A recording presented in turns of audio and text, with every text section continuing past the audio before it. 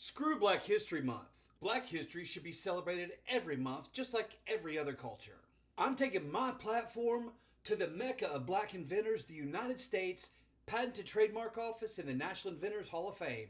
Americans like Dr. Charles Drew, the godfather of human blood, a man who was the football coach and the first athletic director at Morgan State University to pay for his medical school in Canada.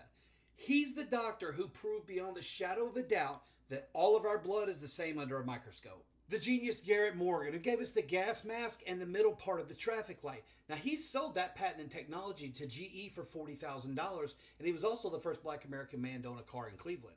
Agricultural pioneer and icon George Washington Carver, the man who kicked open the entire world to peanuts and legumes, but he did not create peanut butter.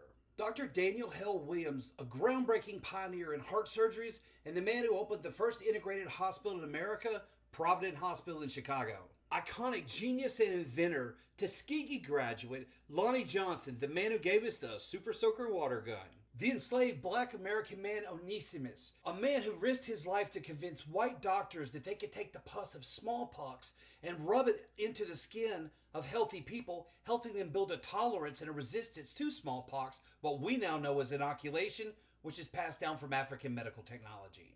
Dr. Percy Julian, a genius and chemist who is the godfather of synthetic hormones, plus he found like 1,000 uses for yams.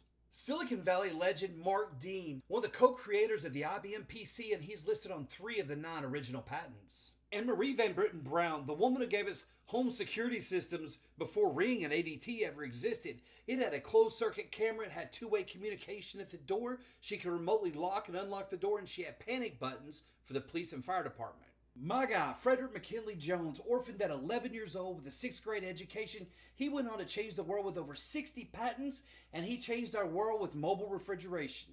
One of my all-time faves is Dr. Gladys West, a Virginia State University graduate who spent 40 years at the Naval Surface Warfare Center, and she created things so technical I couldn't begin to explain to you.